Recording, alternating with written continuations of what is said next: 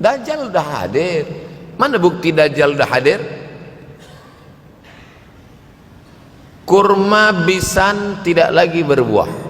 Bila kurma bisan tidak berbuah, Dajjal dah nak datang. Kurma bisan sekarang sudah berkurang, tak berbuah. Lalu kemudian apa lagi? Ain Zuhar, mata air dari Ain Zuhar sudah kering. Sudah kering. Oleh sebab itu, tapi manakala dulu datang Habib Umar bin Hafiz,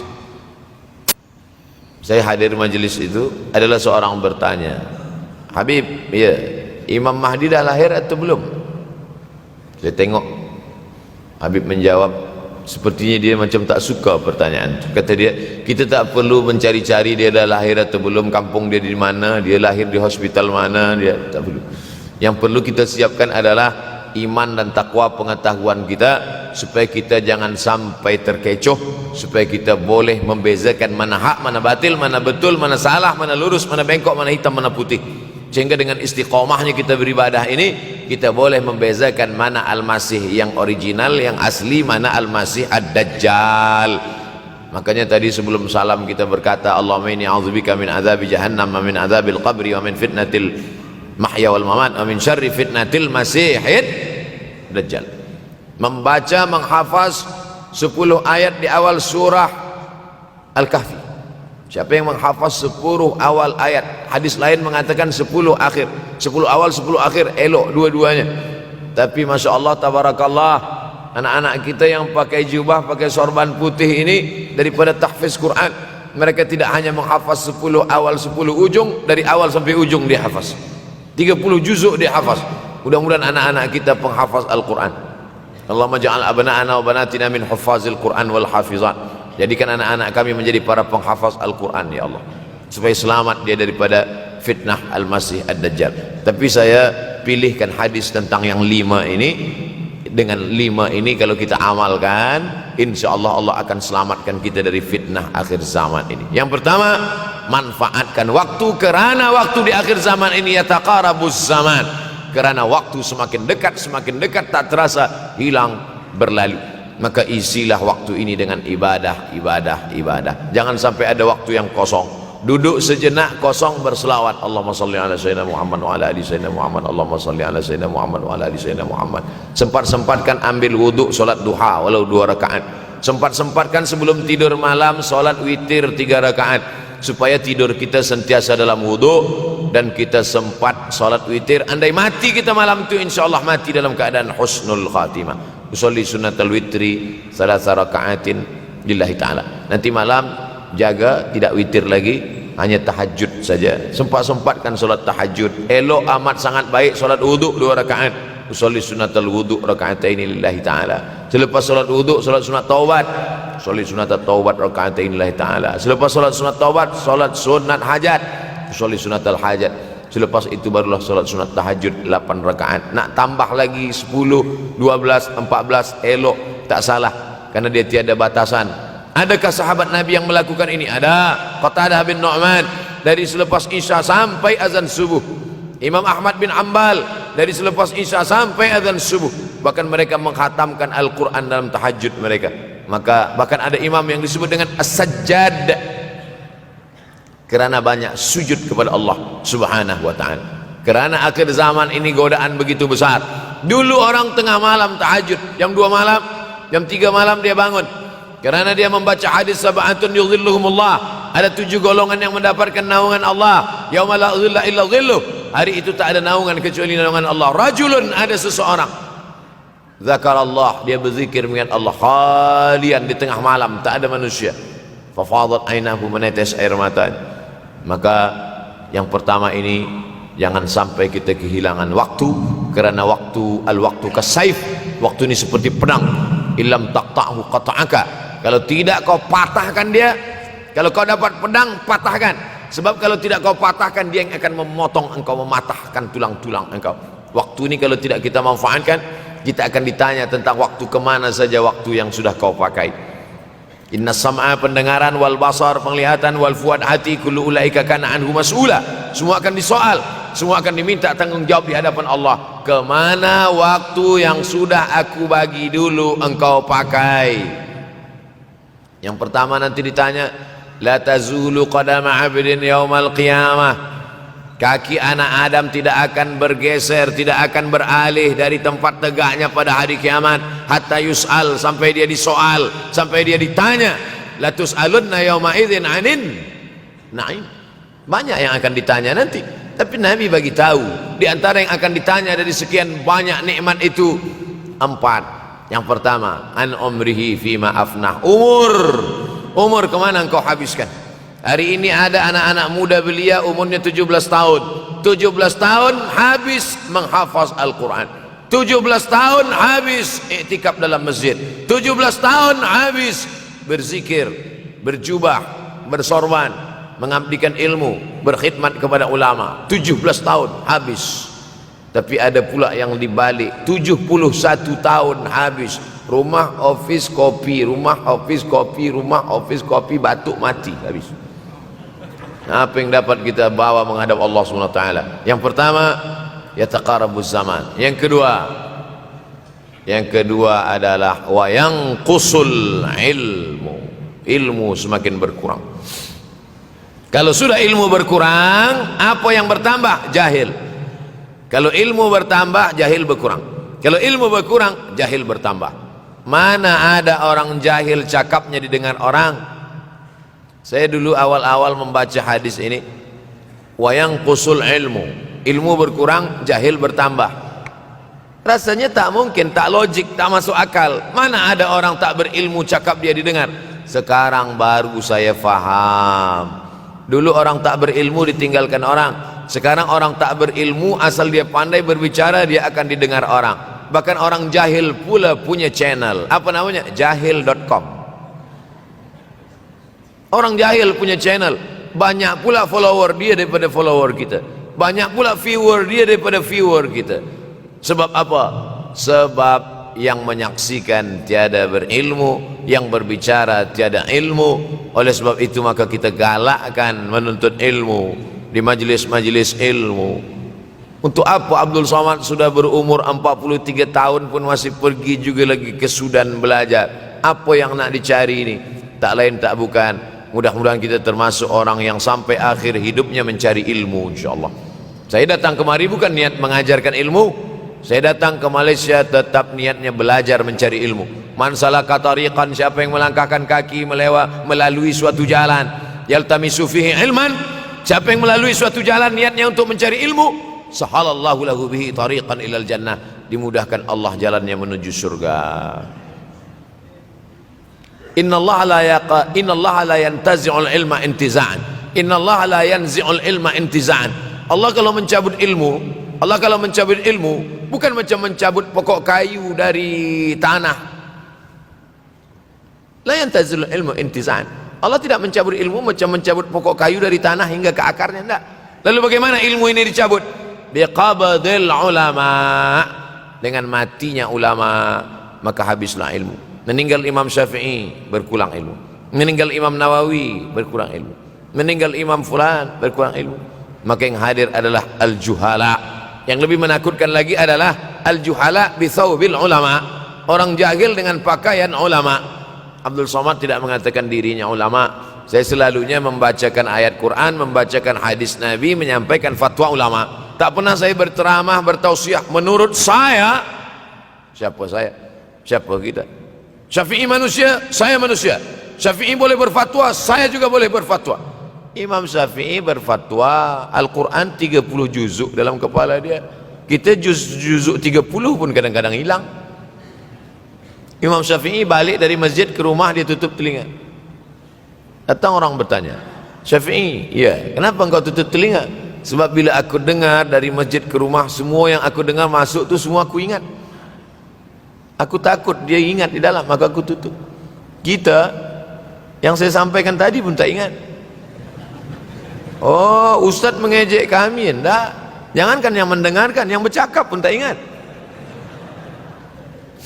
Nasib baik datang orang Jepun mengingatkan kita. Nah, ini nama dia Sony. Manusia ini lupa. Oleh sebab itu maka yang kedua akhir zaman, wa yanqusul ilmu. Ilmu makin kurang, Maka bersyukur anak-anak yang dimasukkan ke rumah tahfiz. Kalau ada rumah tahfiz di kampung biasa, kalau ada rumah tahfiz di desa, dusun biasa, tapi ada tahfiz di tengah kota besar Kuala Lumpur, masih ada lagi rumah tahfiz Quran. Siapa yang mewakafkan rumah tahfiz? Siapa yang memberikan beras? Siapa yang memberikan duit? Siapa yang memberikan belanja? Siapa yang mengirimkan ustaz? Masya Allah, tabarakallah. Maka ini semua mudah-mudahan kita istiqamah semuanya insyaallah. Supaya apa? Supaya lahirlah anak-anak kita yang alim, berilmu. Karena ini makin banyak orang jahil, alftau bi ghairi ilmin, memberikan tazkirah fatwa tanpa ilmu, dhalla wa adalla, dhallu wa adallu, sesat, menyesatkan. Kalau setakat sesat saja, ini sudahlah sesat, menyesatkan. Na'udzubillah. Masuk yang ketiga. Yang ketiga adalah wa yanqusul ilmu, setelah habisnya ilmu-ilmu ini semua dicabut oleh Allah Subhanahu wa taala, lalu kemudian setelah ilmu dicabut Allah Subhanahu wa taala, wa yulqas syuh, wa may yuqashuh, shin dengan hak kecil, wa may yuqashuh nafsihi fa ulaika humul muflihun. Siapa yang selamat daripada sifat syuh, itulah orang yang beruntung. Hayya 'alal falah, mari kita menuju keberuntungan, kemenangan. Siapa orang yang menang? Selamat daripada sifat syuh. Ada orang menerjemahkan syuh ini pelit, bakhil. Bakhil ada yang lebih parah daripada bakhil. Syuh. Bakhil ini, bakhil tidak ingin memberikan uangnya untuk orang lain. Itu bakhil. Dia ada uang 10 ringgit, uang itu hanya dia makan saja, dia tak mau walaupun setengah sen kepada orang lain. Itu namanya bakhil. Kalau syuh ini, duit dia simpan, duit orang pula dia makan. Nah, itu syuh. Jadi lebih parah lagi. Oleh sebab itu, kalau sudah ilmu ini dicabut, orang menjadi jahil, maka datang penyakit syuh yang ketiga. Apa itu syuh? Hubbud dunya, hubbul mal, wa tuhibbul mala hubban jamma. Engkau sayang kepada harta amat sangat sayang. Dia pegang semuanya sampai tak meleleh, tak menetes walaupun satu tetes. Akhirnya mereka inilah pendusta-pendusta agama. Ara'aital ladzi yukadzibu biddin, tahukah kamu siapa itu yang mendustakan agama? Fadzalikal ladzi yad'ul yatim, mereka itu yang membiarkan anak yatim. Wala yahuddu ala ta'amil miskin, dia tidak mempedulikan makanan orang miskin. Sebab apa? Bukan sebab tak ada harta, sebab syuh. Kenapa syuh? Sebab tak ada ilmu. Tak ada ilmu tentang akhirat. Dia pegang, dia simpan, mati, habis. Yang dia bawa hanyalah 1, 2, 3 helai kain kafan saja. Itulah mengapa Sultan Turki, Sultan Muhammad Al-Fatih, Sultan Abdul Hamid, coba tengok gambar Sultan Muhammad Al-Fatih, Sultan Abdul Hamid Turki dulu. Sorban dia besar-besar. Saya dulu terkejut, lama saya tengok, kenapa sorban orang Turki ini besar-besar. Lama-lama saya baca, rupanya sorban orang Turki itu kain kafan. Tuan-tuan balik dari sini beli kain kafan 2 meter, ikatkan kepala, bawa sembahyang supaya ingat mati. Bolehkah menyiapkan kain kafan? Baca kitab Tanbihul Mughtarrin, peringatan bagi orang-orang yang tertipu. Di situ ditunjukkan banyak ulama, bahkan mereka menggali tanah di dalam rumahnya. Malam-malam dia tahajud, selepas tahajud dia duduk di dalam tanah itu supaya terasa bagaimana rasanya mati. Gali tanah 2 meter, masuk ke dalam. Tapi kalau nak buat itu kita saja dengan Allah. Jangan pula, banyak juga orang sekarang udah gali tanah masuk ke dalam, streaming pula. Hai guys, nak rasakan mata? Mana boleh terasa? Kita saja masuk ke dalam, rasakan macam mana rasa. Sebab kalau cakap saja, marilah kita ingat mati, takutlah kita pada mati, kita tak tahu bagaimana rasa mati. Kalau nak merasakan bagaimana rasa mati, nanti kalau ada orang mati meninggal dunia, masuk kita ke dalam, kita sambut jenazah, kita letakkan, kita duduk, rasakan. Ketika Fatimah meninggal, Fatimah emak Sayyidina Ali meninggal, Nabi masuk ke liang lahat. Masuk Nabi ke liang lahat. Nabi berdoa di dalam. Ketika Utsman bin Maz'un meninggal, Nabi masuk ke dalam. Nabi pegang jenazah Utsman bin Maz'un, meleleh air mata Nabi turun ke misai, turun ke janggutnya, turun menetes sampai ke bawah. Merasakan bagaimana rasanya di dalam.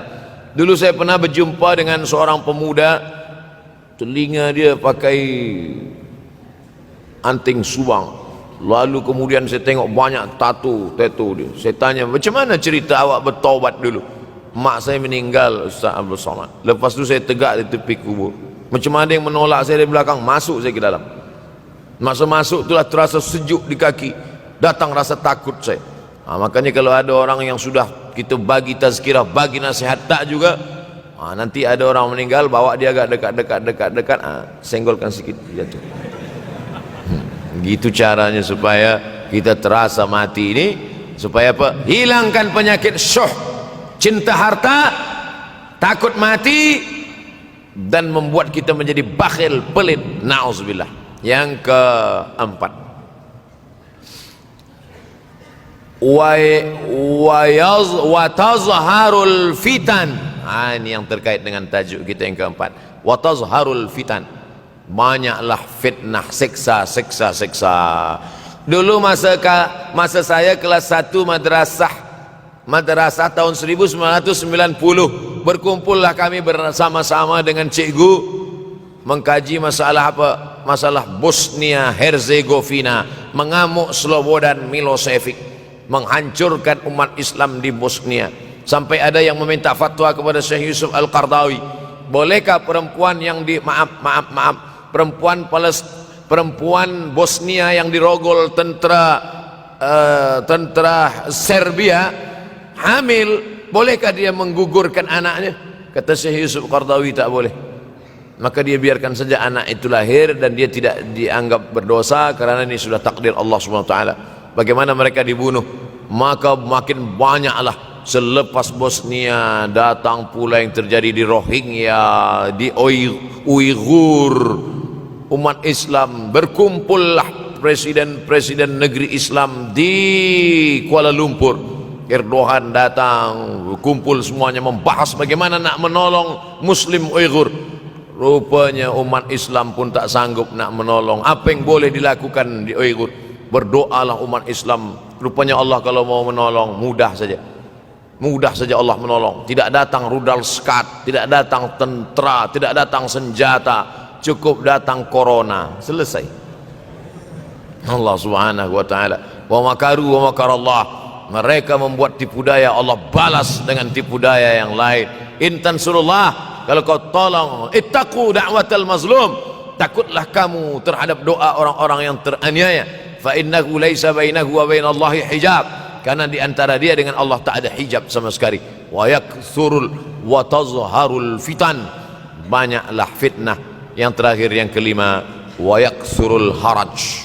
Wa yakthurul haraj, banyak terjadi haraj, kata Nabi. Sahabat pun bertanya, ya Rasulullah, wa mal haraj?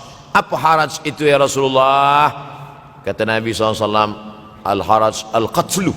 Nanti di akhir zaman itu akan banyak pembunuhan. Dulu pun banyak juga pembunuhan, tapi tak banyak sekarang.